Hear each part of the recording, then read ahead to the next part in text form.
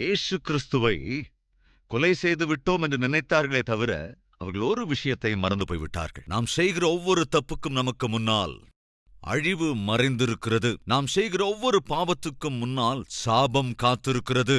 நாம் எவ்விதத்திலே ரத்தம் சிந்தும்படி செய்தோமோ அதேபோல் ரத்தம் சிந்தப் போகிறது என்ற உண்மையை உணர்ந்து கொள்ள முடியாதவர்களாயிருந்தார்கள். என்ன நடந்தது? கிறிஸ்துவுக்கு பின் 70வது வருடத்துல டைட்டஸ் என்ற பெயருடைய ரோம சாம்ராஜ்யத்தை சேர்ந்தவன், அதற்கு பிறகு ரோம பேரரசின் சக்கரவர்த்தியாக தேர்ந்தெடுக்கப்பட்டவன் திடீரென வந்து எருசலேமின் மீது தாக்குதல் தொடுத்தான். பஸ்கா பண்டிகை நடந்து கொண்டிருந்த வேளையில எத்தனையோ லட்சம் பேர் வந்திருந்தார்கள். பண்டிகைக்காக வந்தார்களே தவிர தேவனுக்காக வரவில்லை. இந்நாளிலும் கூட அநேகம் பேர் ஆலயத்துக்கு போகிற கிறிஸ்தவர்கள் உண்டு. ஞாயிற்றுக்கிழமை என்பதால் ஆலயத்துக்கு போகிறார்களே தவிர உண்மையில் தேவனுக்காக போவதில்லை. எதற்காக ஞாயிற்றுக்கிழமை ஆலயத்துக்கு வருகிறார்கள்? அது ஒரு பழக்கம் அல்லது அது ஒரு ஆச்சாரம். ஞாயிற்றுக்கிழமைங்கிறதுனால கட்டாயம் சர்ச்சுக்கு போயிடணும், ஆலயத்துக்கு வரணும்னு ஆசைப்படுறாங்களே தவிர ஆண்டவருக்கு நெருக்கமா வரணும்னு ஆசைப்படுறது இல்லை. தங்கள் வாங்குகிற காராக இருந்தாலும் அல்லது வஸ்திரங்களாக இருந்தாலும் வேறு வஸ்துக்களாக இருந்தாலும் அல்லது நகையாக இருந்தாலும் அதை காண்பிப்பதற்காக எத்தனையோ பிரயத்தனம் பண்றாங்க. அதற்காகத்தான் சிலர் பரிசுத்த ஆலயத்துக்கு கூட வராங்களே தவிர தங்களுடைய வாழ்க்கையை சரி செய்து கொள்வதற்கோ தேவனுக்கு முன்பாக உண்மையாக வாழ்வதற்கோ வேத வார்த்தையின் அடிப்படையில் வாழ்வதற்கோ அல்லது தாங்கள் இருக்கிற சமுதாயத்தில் முன்னுதாரணமாய் வாழ்வதற்கு பிரயாசப்படுவதற்கோ இன்னைக்கு எத்தனை பேர் இருக்கீங்க? அன்று அவர்கள் எல்லோருமே திரளாக அந்த பஸ்கா பண்டிகையை கொண்டாடுவதற்காக வந்துவிட்டார்கள். கவனிங்க, பஸ்கா பண்டிகைக்காக அவர்கள் எருசலேம் பட்டணத்திற்கு வந்ததற்கு பிறகு அந்த ரோம தலைவனான டைட்டஸ் என்ன செய்தான் என்றால், கவனிங்க, சுற்றி இருக்கின்ற பிராகாரங்கள் உங்களுக்கு நினைவிருக்குல்ல? சுமார் 450 வருடங்களுக்கு முன்பு நெகேமியா எருசலேமை சுற்றி பிராகாரங்களை எழுப்பினான், வாசல்களையும் கூட அவன் நிர்மாணித்தான். இந்த ரோம பேரரசுக்கு சம்பந்தப்பட்ட டைட்டஸ் என்ன செய்தான் என்றால் அந்த வாசல்களை எல்லாம் அடைத்து விட்டான். சுற்றியுள்ள கதவுகளை எல்லாம் அடைத்து விட்டான். உள்ளுக்குள்ளே இருந்த ஏறக்குறைய 10 லட்சத்துக்கும் அதிகமானோராக இருந்த அந்த ஜனங்களுக்கான ஆகார சப்ளையையும் நிறுத்திவிட்டான். பண்டிகைக்காக உள்ளே வந்தவர்களோ இப்பொழுது சிறை வைக்கப்பட்டார்கள். உள்ளுக்குள்ள ஆகாரம் இல்லாம தண்ணீர் இல்லாம அவர்கள் பயங்கரமாய் தவித்தார்கள். அப்பொழுது திடீரென்று தன் சேனையோடு கூட உள்ளுக்குள் நுழைந்தான். கண்ணில் கண்ட எல்லோரையும் கொலை செய்து போட்டான். ஆண் பெண் என்ற பேதமில்லை, சிறியோர் பெரியோர் என்ற வித்தியாசமும் இல்லை. பரிசேயர்கள் அல்லது வேத பாரகர்கள் சாஸ்திரிகள் என்ற எந்த வித்தியாசமும் இல்லை, எல்லோரையும் கொன்று போட்டு விட்டான். ஜோசபஸ் என்கிற பெயருடைய வரலாற்று ஆசிரியர் எழுதின புத்தகத்திலே சொல்லுகிறார், சுமார் 10 லட்சத்திலிருந்து 11 லட்சம் பேர் அந்நாளிலே உயிரை இழந்து போனார்கள். காரணம் என்ன? அவர்களின் ரட்சிப்புக்காக தேவன் தம்முடைய குமாரனையே அனுப்பி வைத்தபோது அவர்கள் அந்த குமாரனை அலட்சியப்படுத்தினார்கள். சகோதரனே, சகோதரியே, உன்னை உயிருக்குயிராய் நேசித்த தேவன் உன்னை ரட்சிப்பதற்காகத்தான் தம்முடைய ஒரே பேரான குமாரனை அனுப்பினார். அப்படி அவர் உயிருக்குயிராய் நேசித்ததால் தான் உன்னுடைய என்னுடைய ஸ்தானத்திலே இயேசு கிறிஸ்து மரணத்தையே ஏற்றுக்கொண்டார். மரண தண்டனையை சகித்து தம்முடைய உயிரே உனக்காக எனக்காக தாரை வார்த்திருக்கிறார். இவ்வளவு செய்த பிறகும் ஒருவேளை இயேசு கிறிஸ்துவை நீ உன் சொந்த இரட்சகராக ஏற்றுக்கொள்ளாவிட்டால், எபிரேயருக்கு எழுதின நிருபத்தின் 1வது அதிகாரத்திலே இப்படி இருக்கிறது. 2வது அதிகாரம் 4வது வசனம். இவ்வளவு பெரிதான ரட்சிப்பை குறித்து நாம் கவலையற்றிருப்போமானால் தண்டனைக்கு எப்படி தப்பித்துக் கொள்வோம்? இவ்வளவு பெரிய ரட்சிப்பு, தப்பு செஞ்சது நாம, பாவம் செஞ்சது நாம, சிக்ஷை நமக்குத்தான் வர வேண்டும், நரகத்திற்கு போக வேண்டியவர்கள் நாம். ஆனால் தேவன் உன்னையும் என்னையும் உயிருக்கு உயிராய் நேசித்து செய்த பாவத்துக்காக, நாம் செய்த பாவத்துக்காக வரவேண்டிய சிக்ஷையிலிருந்து தப்புவிப்பதற்காக இயேசு கிறிஸ்துவை இந்த உலகத்திற்கு அனுப்பினால், அப்படி வந்த இயேசு கிறிஸ்துவை அங்கீகரிக்காமல் அவமானப்படுத்தி பரியாசம் செய்து கடைசியில் அநியாயமாக குற்றம் சுமத்தி சிலுவையிலும் அறைந்து விட்டார்கள். அவர் மரித்ததற்கு பிறகு திரும்ப எழுந்து 40-50 நாட்கள் அநேகருக்கு தம்மை வெளிப்படுத்தினார். அப்படி அவர் தம்மை வெளிப்படுத்திய பிறகாவது அந்த ஜனங்களுக்கு ஒரு விசுவாசம் வரணுமா இல்லையா? நாம் மேசியா அல்லவென்று நினைத்தோம், நாம் தேவனுடைய குமாரன் அல்லவென்று நினைத்தோம், நாம் உலக இரட்சகர் அல்லவென்று நினைத்தோம். அவர் அல்ல என்று நினைத்துத்தான் அவரை கொன்றுவிட்டோம். ஆனால் அவர்தான் தேவகுமாரன், தேவனுடைய குமாரன் என்று ஏற்றுக்கொள்வதற்கு பதிலாக அவர்கள் என்ன செய்தார்கள் என்றால், இயேசு கிறிஸ்து தாம் சொல்லியிருந்தபடியே மரணத்தை ஜெயித்து உயிர்த்தெழுந்த பொழுது அங்கிருந்த அந்த சேவகர்களுக்கு லஞ்சம் கொடுத்து இயேசு திரும்ப உயிர்த்தெழவில்லை. இயேசு கிறிஸ்துவனுடைய சரீரத்தை அவருடைய சீஷர்கள் கள்ளத்தனமாய் எடுத்துக்கொண்டு போய்விட்டார்கள் என்று தவறாக பிரச்சாரம் செய்யுங்கள், அதற்கு தேவையான பணம் தருகிறோம் என்று சொல்லி அவர்களுக்கு பணம் கொடுத்து தவறாக பிரச்சாரம் செய்ய வைத்தார்கள். தேவன் உன்னையும் என்னையும் எந்த அளவுக்கு நேசித்தாரோ அதை காட்டிலும் அதிகமாக யூதர்களை நேசித்தார். காரணம், அவர் தெரிந்து கொண்ட ஜனம் அவர்கள். அஃப்கோர்ஸ், இயேசு கிறிஸ்து சிலுவையிலே மரித்ததினாலே உலகம் முழுவதையும் தாம் சமமாக நேசிக்கின்ற அன்பை வெளிப்படுத்தினார். ஆனால் முதலாவது தாம் யூதர்களின் ரட்சிப்புக்காக, யூதர்களின் பாதுகாப்புக்காக எவ்வளவாய் அவர் பிரயாசப்பட்டார் என்பதை நாம் தெளிவாக புரிந்து கொள்ள முடியும். தேவன் அவர்களை தம்முடைய பிள்ளைகளாக, தம்முடைய ஜனமாக தெரிந்து கொண்ட நாளிலிருந்து இன்று வரைக்கும் அவர் அவர்கள் மீது வைத்த அன்பை வெளிப்படுத்திக் கொண்டே இருக்கிறார். ஆனாலும் அலட்சியப்படுத்தினார்கள். என்ன நடந்தது நமக்கு தெரியும். எரேமியா சொன்னான், பாபிலோனின் ராஜா வரப்போகிறார், வந்து நம் எல்லோரையும் அழித்து விட்டு போகப் போகிறான், கிடைத்தவர்களை கிடைத்தபடியே அடிமைகளாக கொண்டு போகப் போகிறான் என்று எரேமியா அறிவித்தான். அவன் உரைத்தபடியே நடந்தது. பாபிலோன் ராஜா நேபுகாத் நேச்சார் அன்று வந்து எருசலேம் பட்டணத்தை முற்றுகையிட்டு அதை தகர்த்து போட்டான். ஆலயத்தையும் கூட எரித்து தகர்த்தான்.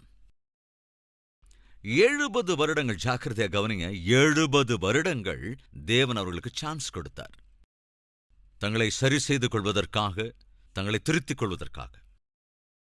70 ஆண்டுகள் சிட்சிக்கப்பட்டிருந்த அந்த யூதர்களுக்கு தேவன் மனமிறங்கி மறுபடியும் அவர்களை ஒன்று சேர்த்து அங்கே ஆகாயின் மூலமாக, சகரியாவின் மூலமாக ஆலயத்தை மீண்டும் புனரமைப்பதற்கு அவர்களை தீர்க்கதரிசிகளாக தெரிந்து கொண்டு, செருபாபேல் மூலமாக, யோசுவா என்ற ஆசாரியனின் மூலமாக ஜனங்கள் எல்லோரையும் ஆயத்தப்படுத்தி ஆலயத்தை மீண்டும் எழுப்பினார்.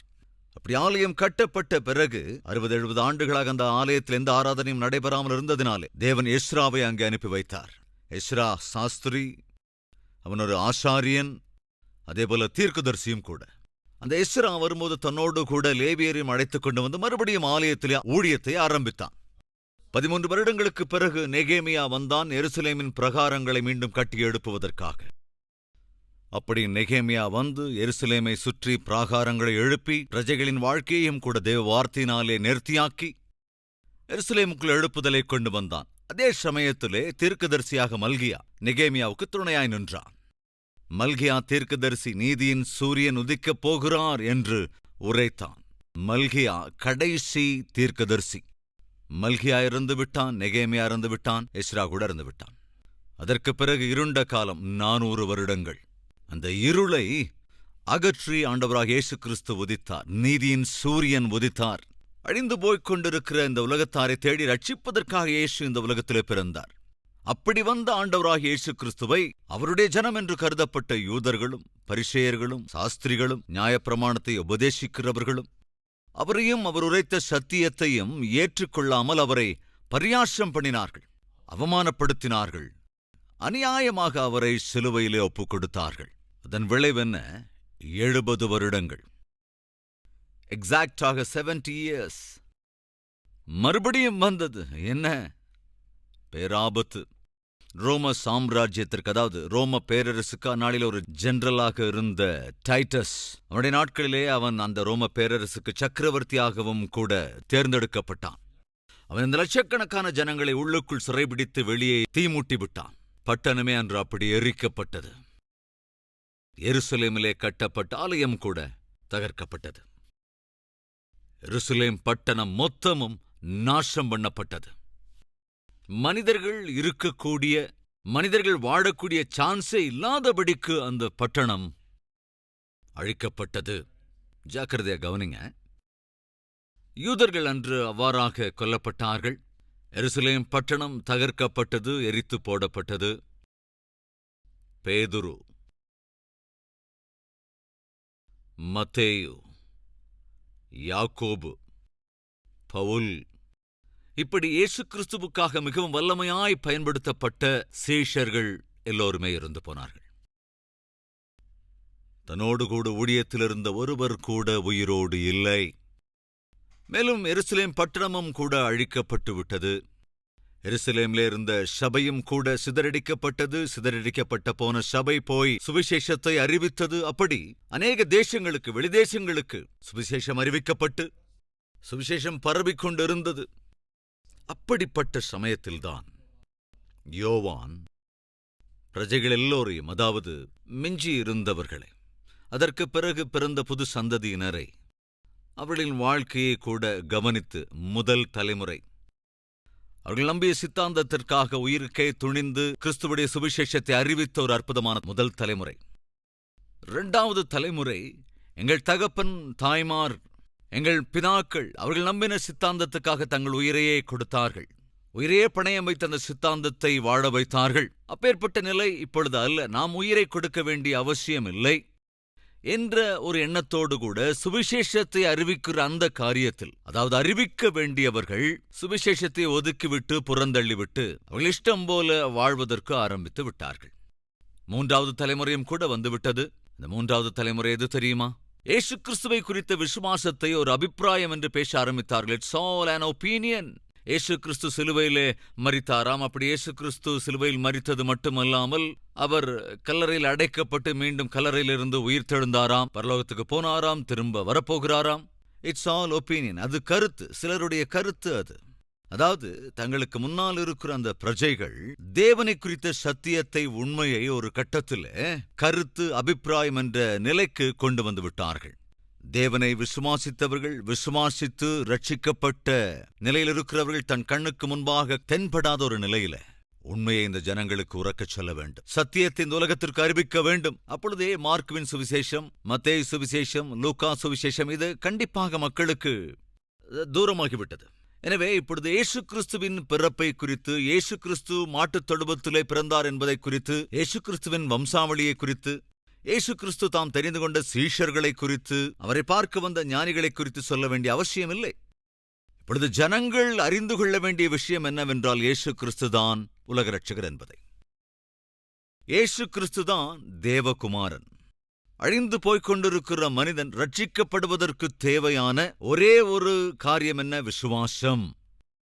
யாரெல்லாம் அவரை விசுவாசிக்கிறார்களோ அவர்கள் எல்லோருமே நித்திய ஜீவனை பெற்றுக்கொள்வார்கள். இது ரொம்ப ரொம்ப சிம்பிளான ஒரு ஃபார்முலா, மிக மிக புரிந்து கொள்ளக்கூடிய சத்தியம். இதை ஜனங்களுக்கு அறிவிக்க வேண்டும். 7 விஷயங்களை யோவான் சுவிசேஷத்திலே நாம் பார்க்க முடியும். கவனிங்க. முதல் 7 இருக்கிறவராகவே இருக்கிறேன் என்று சொல் என்று சொன்னார் மோசேயினிடத்தில். யார் நீங்க? உங்களை யார் என்று நான் சொல்லுவது? நானே. இருக்கிறவராகவே இருக்கிறவர் என்று சொல். அப்போ அப்படி சொல்லக்கூடியவர் யார்? கர்த்தர் மட்டும்தான். I am that I am. இருக்கிறவராகவே இருக்கிறவர். கவனிங்க, அது தேவனால் மாத்திரமே சொல்ல முடியும். எனவே யோவானுடைய சுவிசேஷத்திலே நாம் அதிக அளவு பார்க்கக்கூடியது, முதலாவது ஜீவ அப்பம் நானே என்று சொன்னார் இயேசு. 6வது அதிகாரம் 35வது வசனம். நான் உலகத்திற்கு ஒளியாயிருக்கிறேன் என்று சொன்னார். 8வது அதிகாரத்தின் 12ஆம் வசனத்திலே, அதேபோல் 9ஆம் அதிகாரம் 5ஆம் வசனத்திலும் நானே வாசல் என்று இயேசு சொல்லுகிறார். 10வது அதிகாரத்தின் 7 மற்றும் 9ஆம் வசனங்களிலே நானே நல்ல மேய்ப்பன், ஆடுகளுக்கான நல்ல மேய்ப்பன் நானே. இது 10ஆம் அதிகாரம் 11 மற்றும் 14ஆம் வசனம். நானே உயிர்த்தெழுதலும் ஜீவனுமாயிருக்கிறேன். என்னை விசுவாசிக்கிறவன் மரித்தாலும் பிழைப்பான். நானே ஜீவன், நானே உயிர்த்தெழுதல். இது 11ஆம் அதிகாரத்தின் 25வது வசனம். நானே வழியும் சத்தியமும் ஜீவனுமாயிருக்கிறேன். என்னாலே அல்லாமல் ஒருவனும் பிதாவினிடத்தில் வரான். 14வது அதிகாரம் 6வது வசனம். நானே திராட்சைச் செடி, நீங்கள் கொடிகள். எனக்குள்ளே நீங்கள் இருந்தாலே தவிர உங்களால் கனி கொடுக்க முடியாதென்றார் 15வது அதிகாரம் 5வது வசனத்தில். கவனிங்க, யோவான் இந்த உலகத்திற்கு எதை அறிவிக்கிறான் என்றால், இயேசு மாத்திரம்தான் பரலோகத்திற்கான மார்க்கம். அவர்தான் ஜீவாப்பம், அவர்தான் ஒளி, அவர்தான் சத்தியம், அவர்தான் மார்க்கம், அவர்தான் நல்ல மேய்ப்பன், அவர்தான் வாசல், அவர்தான் திராட்சைச் செடி. ஜாக்கிரதையாக நாம் கவனிக்கும் போது 7 இடங்களிலே இயேசு கிறிஸ்துவை குறித்து நானே என்று எங்கெல்லாம் அவர் சொன்னாரோ அதை தெளிவாக எழுதியிருக்கிறான் யோவான் 7 times. அதைத் தொடர்ந்து இயேசுவை குறித்த 7 சாட்சிகளையும் கூட இந்த சுவிசேஷத்தில் எழுதுகிறான். இயேசுவை குறித்த 7 சாட்சிகளை இதிலே எழுதியிருக்கின்றான். முதலாவதாக நல்ல கவனிங்க, யோவான் ஸ்நானன். ஒருவேளை யோவான் ஸ்நானனை பார்த்து இப்படி நாம கேட்டோம்னா, இயேசு கிறிஸ்துவை குறித்து நீ என்ன சொல்லுகிறாய்? தேவ ஆட்டுக்குட்டி. உலகத்தின் பாவத்தை சுமந்து தீர்க்கிற தேவ ஆட்டுக்குட்டி. அவர் தேவனுடைய குமாரன். 1 அதிகாரத்தின் 34வது வசனம். ஒருவேளை பேதுருவிடத்திலே, பேதுரு, நீ என்ன சொல்லுகிறாய் இயேசு கிறிஸ்துவை குறித்து என்று கேட்டார். பேதுருவும் பதில் சொல்லுவான், அவர்தான் தேவனுடைய குமாரன். 6வது அதிகாரம் 69வது வசனம். நாத்தான்வேல், நீ என்ன சொல்லுகிறாய்? நாத்தான்வேலும் கூட சாட்சி சொல்லுவான், நீரே தேவனுடைய குமாரன் என்று. 1வது அதிகாரம் 49வது வசனம். மார்த்தாளே, நீ என்ன சொல்லுகிறாய்? நீர் கிறிஸ்து, நீர் உலகத்தின் வருகிறவரான தேவகுமாரனாகிய கிறிஸ்து. 11வது அதிகாரம் 27வது வசனம். தோமா, சரி, நீ என்னதான் சொல்லுகிறாய் இயேசு கிறிஸ்துவை குறித்து? தோமா என்ன சொல்லுவான்? ஆண்டவரே, என் தேவனே. ஐயா, தேவனுடைய குமாரன். 20வது அதிகாரம் 28வது வசனம். யோவான், நீ என்ன சொல்ல போகிறாய்? இயேசு தேவனுடைய குமாரனாகிய கிறிஸ்து. 20வது அதிகாரம் 31வது வசனம். இயேசுவை குறித்து நீர் என்ன சொல்லுகிறீர்? ஏசப்பா, நீரே சொல்லும், நீர் என்ன சொல்ல போகிறீர்? நான் தேவனுடைய குமாரன். 10வது அதிகாரம் 36வது வசனம். இந்த உலகத்துக்கு யோவான் இயேசு கிறிஸ்துவை குறித்து யார் யார் என்னவென்று சாட்சி சொன்னார்களோ ஒருவரல்ல அவர் தேவனுடைய குமாரன் என்று சாட்சி சொன்னது. யோவான் ஸ்நானகன் அந்த சாட்சியை சொல்லுகிறான். பேதுரு அதே சாட்சி சொன்னான். நாத்தான்வேலும் சாட்சி சொன்னான். மார்த்தாள் சாட்சி சொன்னாள். தோமா சாட்சி சொன்னான். நான் யோவானும் சாட்சி சொல்லுவான். ஏசப்பாவும் கூட அதே சாட்சியை சொல்லுகிறார், இயேசு தேவனுடைய குமாரன் என்று. அது மாத்திரமல்ல, இயேசு கிறிஸ்து செய்த 7 அற்புதங்களை குறித்தும் கூட யோவான் தன் சுவிசேஷத்தில் எழுதுகிறான். 1, தண்ணீரை திராட்சரசமாக மாற்றியது. 2வது அதிகாரத்தின் 1வது வசனத்திலே நாம் பார்க்க முடியும். ராஜாவின் மனுஷனுடைய குமாரன் ஒருவனை சொஸ்தப்படுத்தியது. அது 4ஆம் அதிகாரம் 46ஆம் வசனம். பெதஸ்தா குளத்தின் அருகே படுத்து கிடந்தவனை 38 வருடங்களாக படுத்து கிடந்தவனை சொஸ்தமாக்கியது. அது 5வது அதிகாரத்திலே நாம் பார்க்க முடியும். ஏறக்குறைய 5000 பேருக்கு போஜனத்தை எவ்விதத்திலே சில அப்பங்களை கொண்டு அத்தனை 1000 பேருக்கு ஆகாரம் கொடுத்தார் என்பதை பார்க்க முடியும். அது 6வது அதிகாரத்திலே. அது மாத்திரமல்ல, சமுத்திரத்தின் மீது இயேசு கிறிஸ்து நடந்தது. 6ஆம் அதிகாரத்தின் 15வது வசனத்திலே பார்க்க முடியும். பார்வையற்றவனை சொஸ்தப்படுத்தியது 9வது அதிகாரத்தில். தொடர்ந்து லாசருவை, செத்துப்போன லாசருவை திரும்ப உயிரோடு எழுப்பியது 11வது அதிகாரத்திலே நாம் பார்க்க முடியும். இப்படி 7 அற்புதங்கள், 7 சாட்சிகள். 7 முறை இயேசு கிறிஸ்து நானே, அதாவது நானே ஜீவன் என்றும், நானே உயிர்த்தெழுதல் என்றும், நானே வழி என்றும், நானே ஜீவப்பம் என்றும், நானே வெளிச்சம் என்றும், வாசல் என்றும் இயேசு கிறிஸ்து தம்மை குறித்த எவ்விதத்தில் சாட்சி சொன்னார் என்பதை 7 இடங்களிலே குறிப்பிடுகிறான்.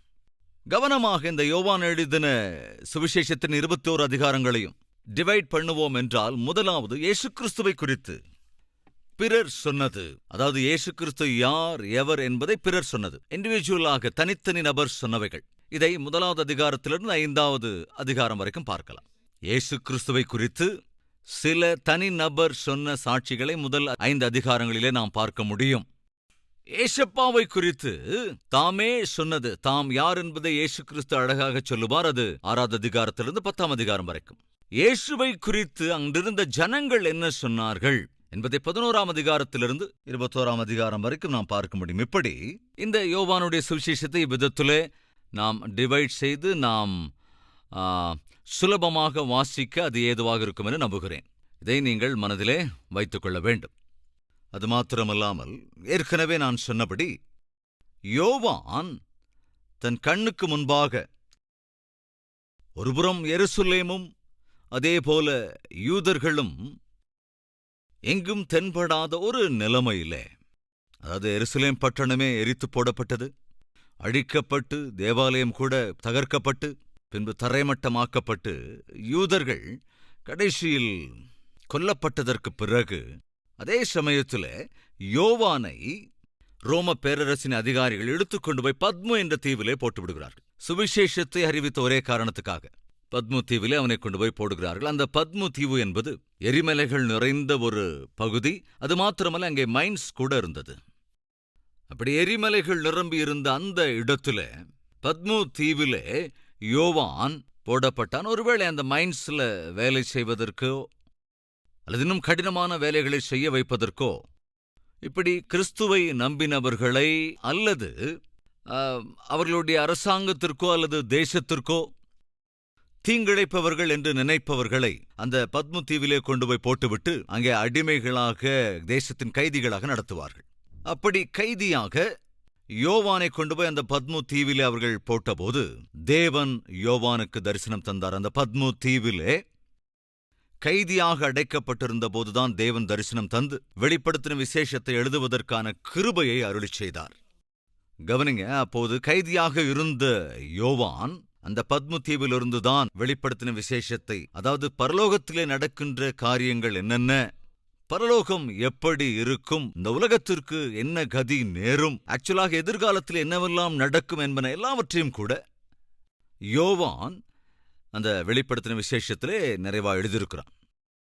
அப்படி அவன் வெளிப்படுத்தியதற்கு பிறகு யோவான் விடுதலை செய்யப்பட்டு எபேசு என்கிற சபைக்கு வந்து அங்கே, அதாவது எபேசு சபையிலே தன்னுடைய பொறுப்புகளை நிறைவேற்றி இதோ இந்த யோவான் எழுதின சுவிசேஷத்தை எழுதினான் என்பதுதான் வேத பண்டிதர்களுடைய அபிப்பிராயம்.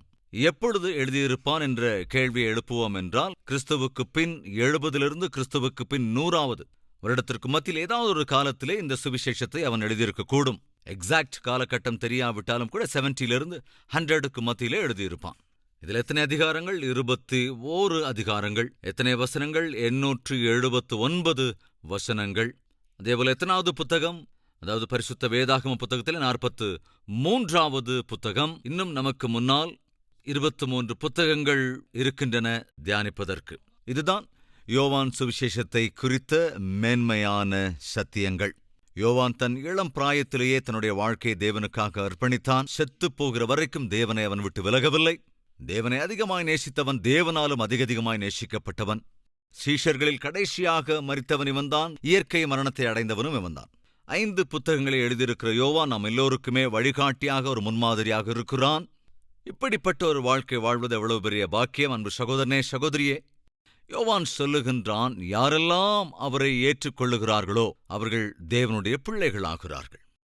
நீ செய்ய வேண்டியதெல்லாம் ஒன்றே ஒன்றுதான். இயேசு கிறிஸ்துவை விசுவாசித்தால் போதும், இயேசு கிறிஸ்துவை ஏற்றுக்கொண்டால் போதும்.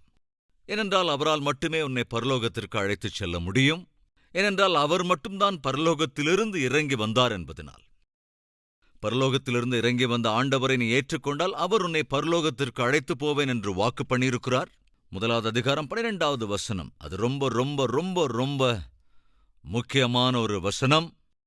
அவரை, இயேசுவை ஏற்றுக்கொள்ளவர்கள் எத்தனை பேர்கள்? அத்தனை பேரும் அவருடைய குமாரர்களாய், குமாரத்திகளாய் ஆகும் அதிகாரத்தை வழங்குகிறார். அன்பு சகோதர சகோதரிகளே, இதுவரைக்கும் அந்த கிறிஸ்துவை உன் சொந்த இரட்சகராக நீ ஏற்றுக்கொள்ளாமல் இருப்பாய் என்றால் அட்லீஸ்ட் இன்றாவது ஏற்றுக்கொள்ள முயற்சி செய்யும்படி நான் அன்புடன் கேட்டுக்கொள்கிறேன். Let's pray. ஜெபிக்கலாம்.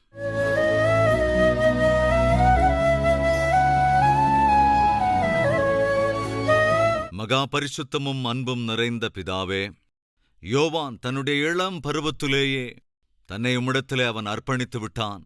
இயேசு கிறிஸ்துவின் அன்பை சம்பூரணமாய் பெற்றிருந்தவன், இயேசு கிறிஸ்துவுக்கு மிகவும் நம்பிக்கைக்குரிய சீஷனாக அறியப்பட்டிருந்த ஒரு அற்புதமானவன். எந்த அளவுக்கு இயேசு கிறிஸ்து அவனை நம்பினார் என்றால், இந்த உலக யாத்திரையை முடித்து போகிற போது யோவானிடத்தில்தான் தன் தாயாருக்கான பொறுப்புகளை ஒப்புக் கொடுத்தான். ஆண்டவரே, உம்முடைய பார்வையில் அவ்வளவு நம்பிக்கைக்குரியவனாக தன்னுடைய வாழ்க்கையை உம்மிடத்தில் அர்ப்பணித்திருந்தான். இப்பேற்பட்ட ஒரு வாழ்க்கையை, நீர் நம்புகிற ஒரு ஆவிக்குரிய வாழ்க்கை எங்களுக்கும் அருளுங்கப்பா. நாங்கள் உம்மை நம்புவது பெரிய விஷயமல்ல, நீர் எங்கள் ஒவ்வொருவரையும் நம்ப வேண்டும் அப்பா. நீர் நம்புகிற விதத்திலே எங்கள் வாழ்க்கை இருக்க வேண்டும். நீர் நம்பாவிட்டால் எங்கள் வாழ்க்கை அழிந்துவிடும். உம்மை நம்பாமல் நாங்கள் அப்பா பரலோகத்திற்கு வர சான்ஸே இல்லையே. உம்மை விட்டால் எங்களுக்கு யாரும் இல்லையப்பா. விசுவாசிக்கிற ஒவ்வொருவரையும் நம்பிக்கையோடு கூட உடைய ராஜ்யத்திற்கு கூட்டிச் சேர்ப்பேன் என்று வாக்கு பண்ணினீர். யார் யாரெல்லாம் அப்பா இந்த வார்த்தைகளை கேட்டுக்கொண்டு உம்முடைய சத்தியங்களை, சிலுவையிலே நீர் செய்த அந்த அற்புத தியாகங்களை, நீர் காட்டின அன்பை நம்புகிறார்களோ அவர்கள் எல்லோரையுமே கூட உம்முடைய பிள்ளைகளாய் நீர் ஏற்றுக்கொண்டு நித்திய ஜீவனுக்கு, நித்திய ராஜ்யத்துக்கு வாரிசுகளாய் ஏற்றுக்கொள்ளுகிறதற்காக நன்றி ராஜா. நீரே எங்களுக்கு வழியாக இருக்கிறீர். நீரே எங்கள் ஜீவன் அல்லவா? நீரே எங்கள் உயிர்த்தெழுதல் அல்லவா? எனவே உம்முடைய வார்த்தையின்படி வாழ்கிற கிருபை அருளச் செய்ய வேண்டும் என்று இயேசுவின் நாமத்தில் வேண்டிக் கொள்கிறோம் பிதாவே. ஆமென்.